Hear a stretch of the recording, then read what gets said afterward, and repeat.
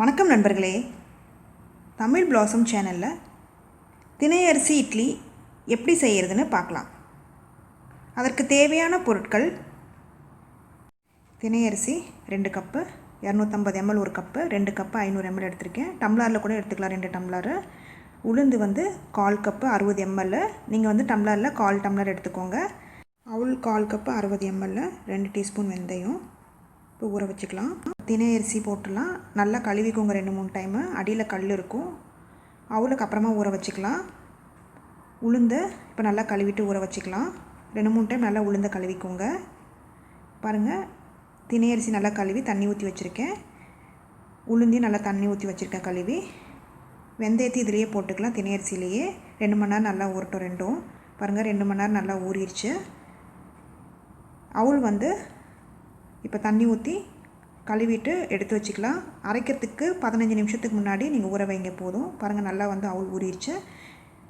இப்போ உளுந்து அரைச்சி எடுத்துக்கலாம் நைஸாக.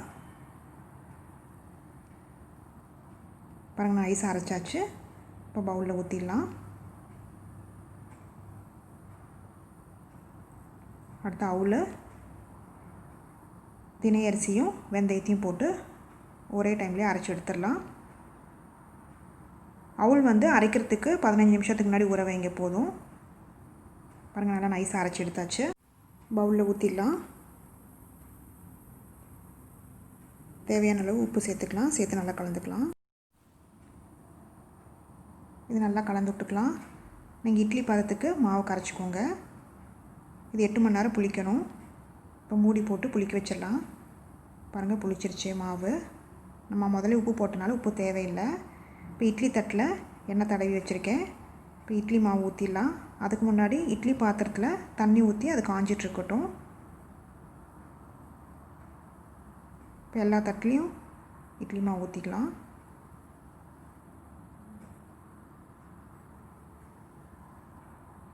பாருங்கள், தண்ணி காஞ்சிட்ருக்கு. இட்லி தட்டை வச்சிடலாம். இப்போ மூடி வச்சிடலாம். ஒரு 7 நிமிஷத்துக்கு அப்புறம் எடுத்து பார்க்கலாம். பாருங்கள், இட்லி நல்லா வெந்துருச்சு.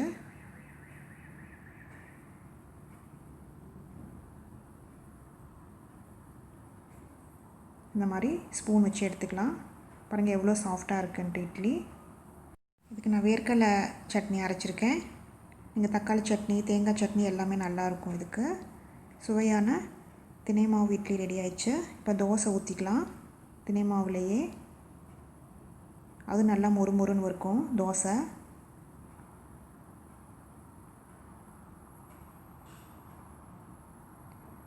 இதில் பணியாரமும் சுள்ள நல்லாயிருக்கும் இந்த மாவுலேயே. சுவையான தினை மாவு தோசை ரெடி ஆயிடுச்சு. இந்த ரெசிபியை செஞ்சு பார்த்துட்டு உங்களோட கமெண்ட்ஸ் என்னன்னு சொல்லுங்கள். பிடிச்சிருந்தால் லைக் பண்ணுங்கள், ஷேர் பண்ணுங்கள், சப்ஸ்கிரைப் பண்ணுங்கள்.